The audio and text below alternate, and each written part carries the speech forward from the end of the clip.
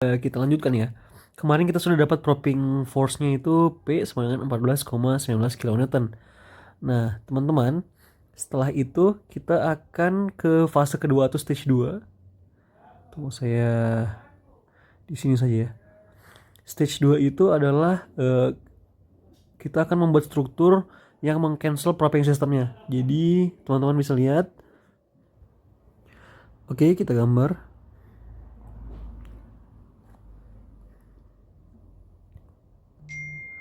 Nah, untuk meng-cancel efek dari propping sistemnya, maka kita akan tunggu ya. Kita akan membuat gaya di sini sebanyak propping sistemnya itu P sama dengan 14,19 kN. Nah, ini fase 2 ya. Oke, ini fase 2. Nah, apa yang terjadi ketika kita mengaplikasikan cancel propping sistemnya?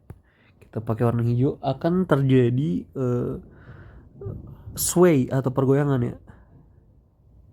Seperti ini. Terus ini, sebenarnya ini dia lurus dulu terus begini.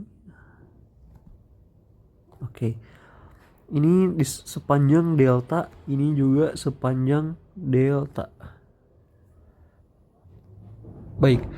Nah, delta ini atau sway, kalau bahasa Inggrisnya itu sway ya, sway atau pergoyangan ini delta itu kita akan hitung momennya. Kita akan sebut momen itu adalah M2 ya. M2. Kalau M1 tadi kita sudah hitung, M1 itu berarti M di fase 1, kalau M2 itu adalah M di fase 2. Ini fase 2 kita. Nah, tetapi ada masalah nih teman-teman, ada masalah ya. Jadi masalahnya adalah kita tidak mengetahui nilai delta. Nilai delta ini kita tidak tahu, atau pergoyangan kita tidak ketahui, dan karena kita tidak mengetahui nilai delta, kita tidak bisa menghitung fixed end momennya, FEM-nya, fixed end momennya ya. Jadi bagaimana nih? Nah, disinilah disinilah kita menggunakan metode superposition ya. Superposition. Oke, tekniknya tuh kayak bagaimana? Nah, untuk itu kita akan mengaplikasikan yang disebut delta aksen. Nilainya disebut arbitrary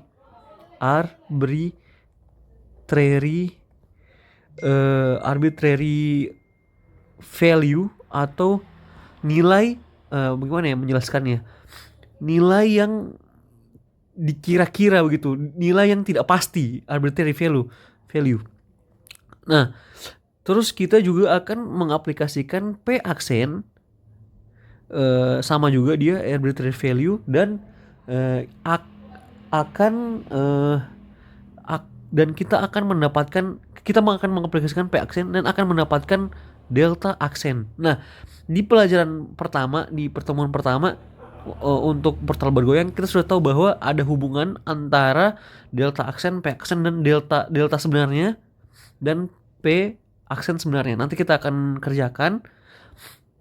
Baik, kita coba ke member AB dulu ya. Ini kan, ini A, ini B, ini C, ini D. Ayo kita coba di member AB dulu. Nah, kita lihat seperti ini bentuknya. Terus ada, oke, dia mengalami pergoyangan begini. Terus kita ganti warnanya. Ada momen yang terjadi di sini dan ada momen terjadi di sini. Ini A, ini B. Terus ada terjadi pergoyangan sebanyak delta dan panjangnya ini 3 meter. Nah, kita akan menghitung FEM-nya. Ini delta aksen ya. Kita seperti yang tadi saya bilang, kita akan menggunakan arbitrary value untuk melakukan metode superposition. Nanti kita akan lihat. Nah, kita lakukan FEM-nya bisa kita hitung, tapi FEM aksen BA itu sama dengan minus 6 EI dikali delta aksen per L kuadrat, atau sama dengan minus 6 EI dikali delta aksen per 9 ya. Itu sama dengan minus 2/3 EI delta aksen ya. Udah dapat ya. Nah, sekarang kita FEM aksen AB sama dengan FEM AB akan sama juga ya. Jadi minus 2/3 EI delta prime atau delta aksen. Kita ke yang kedua yaitu segmen CD ya. Jadi kita gambar lagi juga begini.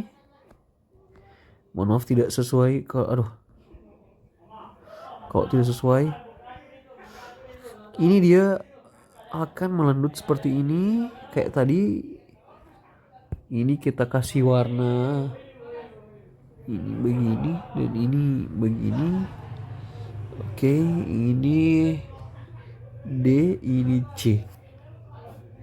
Panjangnya itu 6 meter ya. Nah, kita masukkan dia positif. FEM C, FF aksen CD sama dengan minus, saya lupa rumusnya, minus 6 EI delta aksen per 36 ya, sama dengan ini sama saja dengan minus 1/6 EI delta aksen.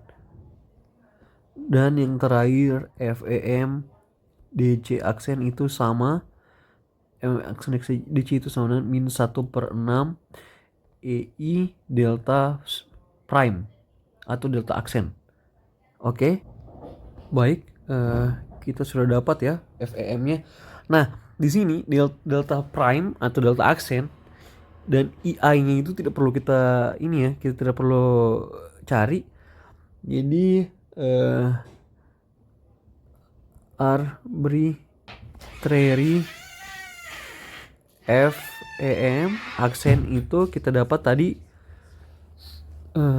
ada di sini AB, di sini BA, di sini CD, di sini DC.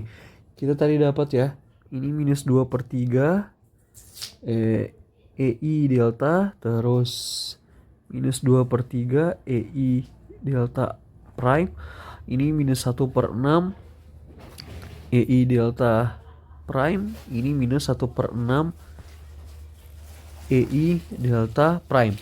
Nah, di sini kita bisa coret seluruh EI delta prime-nya karena nilainya sama ya.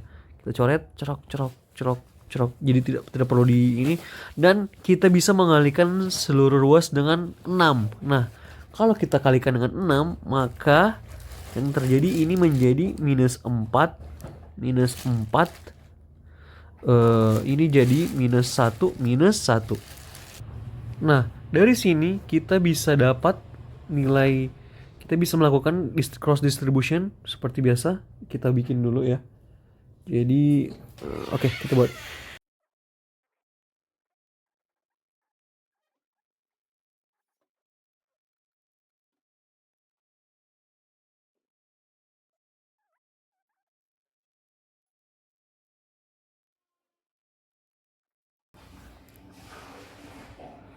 Nah, teman-teman, kita kan sudah hitung masing-masing distribution factornya ya. Sebelumnya sama saja. Hasilnya itu sini 0,57, di sini 0,43, terus sini 0,6, di sini 0,4 ya. Oke.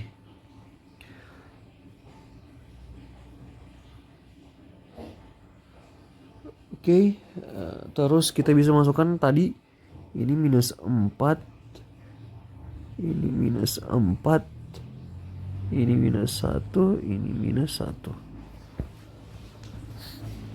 Oke.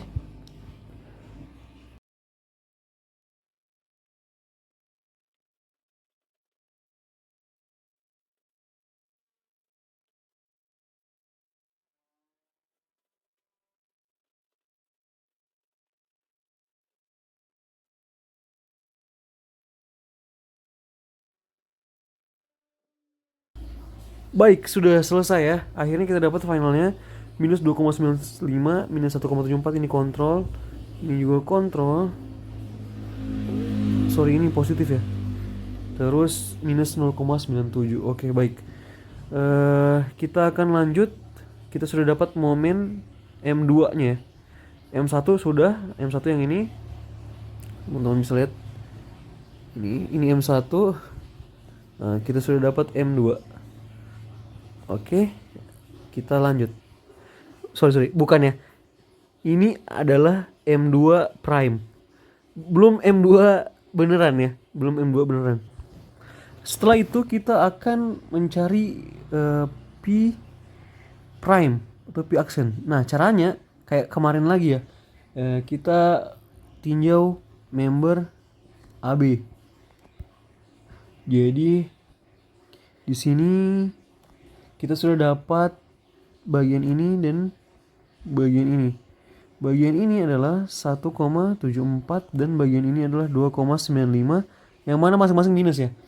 Terus ini 3 meter. Nah, tinggal kita hanya cari yang atas saja. Sebenarnya ada 2 ya. Kita cari ini. VB low atau VB bawah. Di sigma MA sama dengan 0, yang mana seperti biasa searah jarum jatuh positif itu sama dengan minus 1,74 minus 2,95 ditambah 3 dikali VB LO, jadi sama dengan 0. Jadi VB LO sama dengan 1,56 kN. Karena kita dapat hasilnya positif, maka arahnya tidak dikoreksi ya, berarti tetap ke kanan, gitu ya. Direction shown. Therefore, P prime, which would cause CAUSE to cause delta prime, is equal to 1.87 kilonewtons, and that acts to the right. Okay, so that is P prime. That is the force that is required to cause delta prime. So,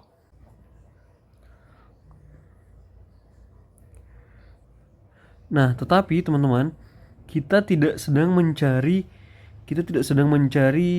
propping system ya, melainkan kita mencari gaya ke kanannya. Jadi kita tambahkan saja 2 ini.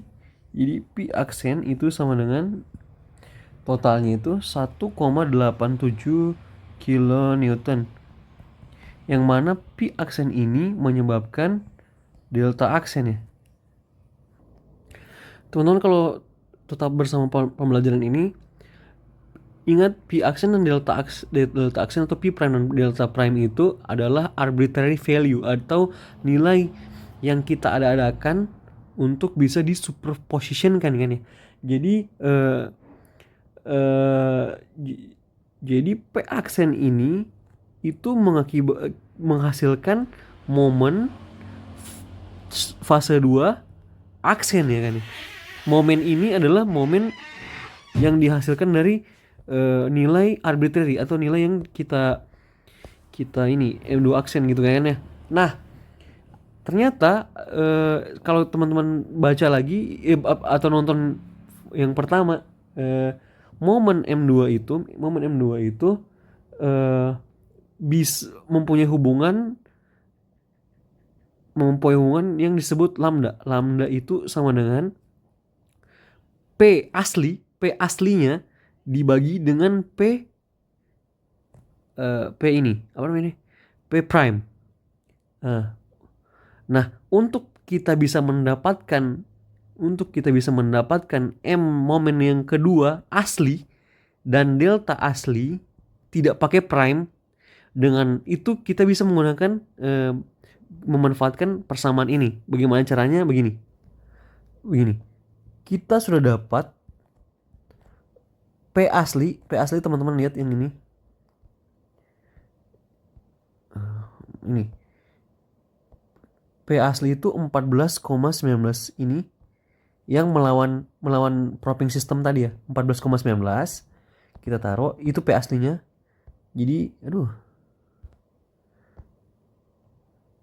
Jadi 14,19 dibagi dengan P aksen atau P palsu atau P arbitrary-nya kita itu 1,87. Hasilnya berapa? 7,59 ya. Sehingga angka ini 7,59 adalah angka skala ya. Perbedaan antara M2 beneran dengan M2 aksen. Nah, ini adalah metode superposisi yang saya maksud tadi, bahwa dengan menggunakan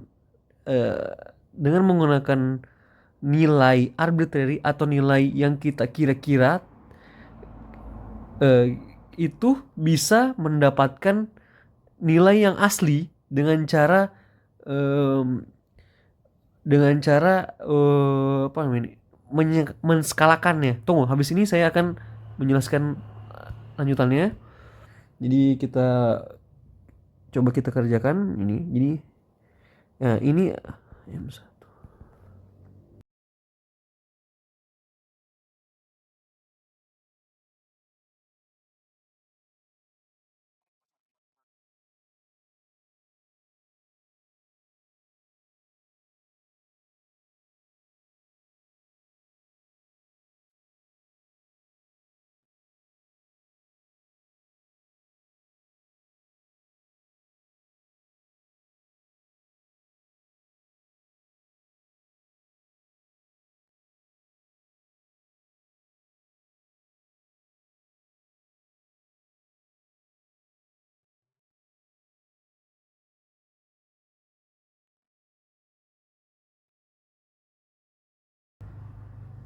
Baik teman-teman, sudah selesai ya.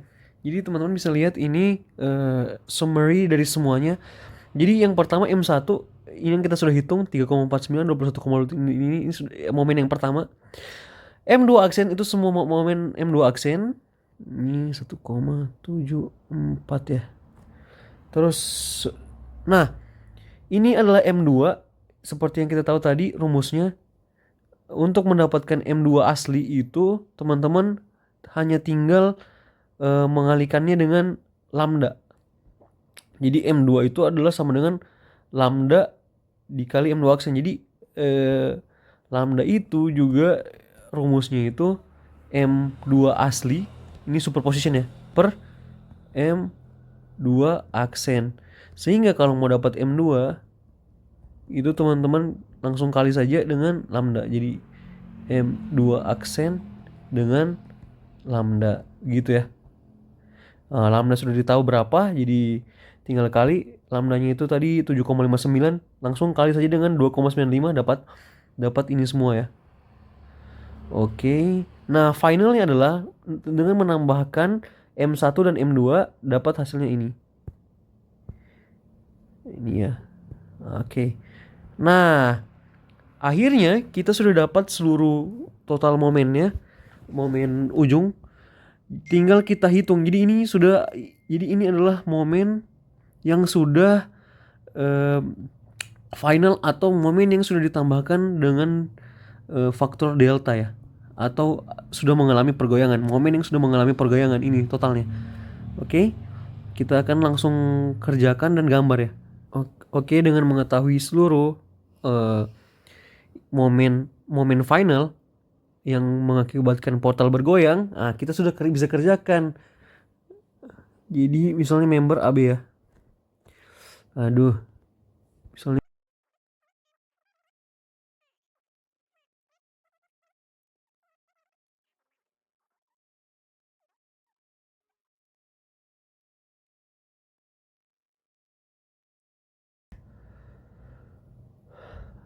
baik teman-teman, begini.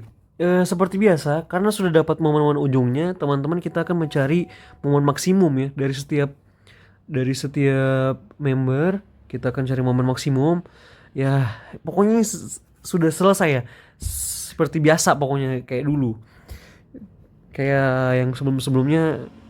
Oke, kita lanjut.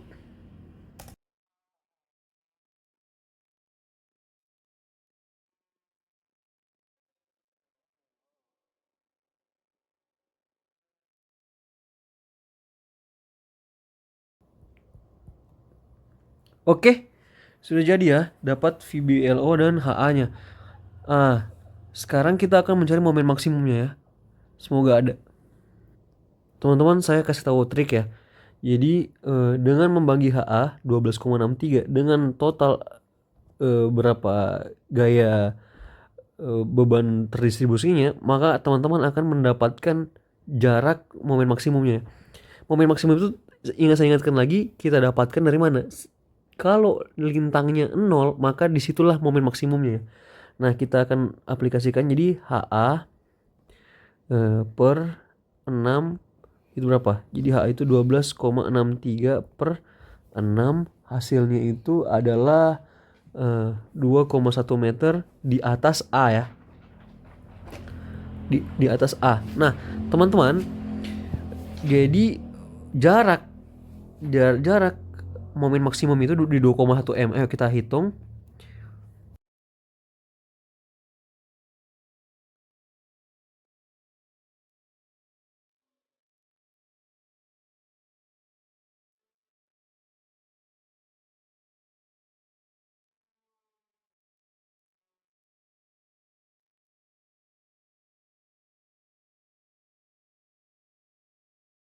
Oke, hasilnya adalah minus 5,6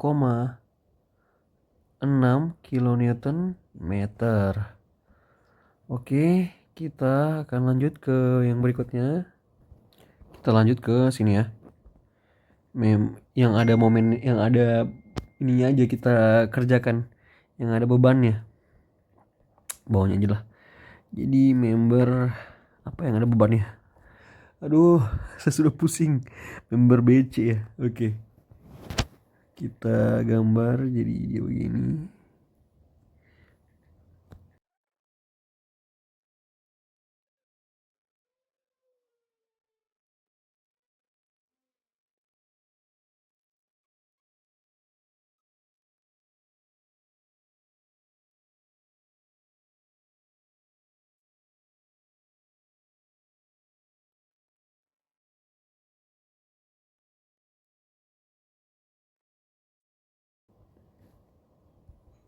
Teman-teman, aduh, ini sudah pasti ya. Sudah pasti momen maksimumnya itu di tengah ya. Tidak perlu dihitung lagi karena dia adalah beban terpusat. Pasti momen maksimumnya di tengah. Aduh, sudah sampai 1 jam ini saya mengerjakan ini ya. Ini max.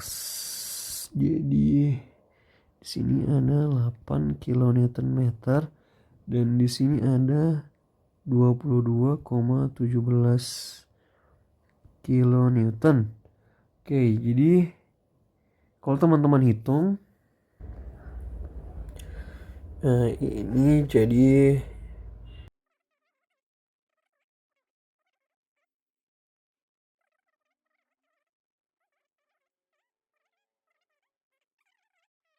oke. Yang pertama di bagian sini ada gaya sebanyak 18,9 ya. Kita terus lagi 18,9 ya. Dari mana Bang Bay? Ya dari sini ya, 18,9 negatif ya. Terus di sini juga ada gaya sebanyak 8 negatif juga. Dia memang di situnya positif, tapi kalau teman-teman hitung dia negatif. Seperti uh, yang saya bilang sebelumnya. Terus ada momen maksimumnya juga itu negatif. Negatif 5,6 dari titik bawah 2,1 ya. Jadi misalnya di sini 2,1 meter, momen maksimumnya di situ ada gaya sebanyak berapa tadi? 5,6 di sini. Nah, jadi dia bentuknya begini teman-teman. Oke. Oke ya, 5,6. Terus di sini ada, karena dia saling apa ya, saling menyeimbangkan, di sini juga ada 8 ya. Aduh. Tunggu. Di sini ada 8. Terus di sini ada di tengah-tengah, pas di tengah itu anggaplah ya ada 36,34. Terus di sini ini mohon maaf tidak sesuai skala. Semoga teman-teman ini aja. Di sini ada 19,32. Kita tarik saja begini, ciek. Gitu ya teman-teman ya. Nah, di sini juga, di sini ada 19,32 dan di sini ada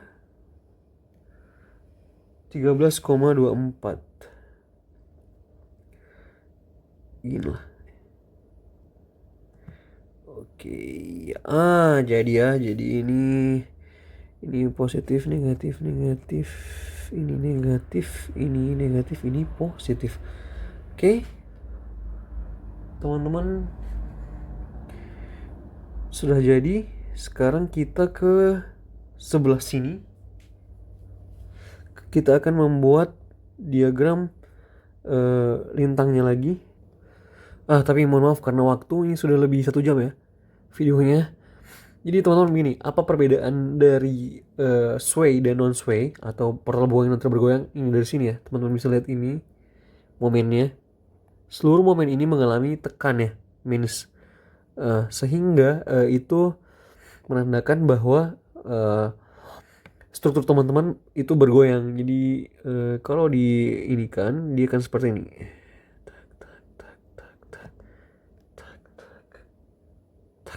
Ini ada pergoyangan delta. Terus dia ke sini. Tunggu.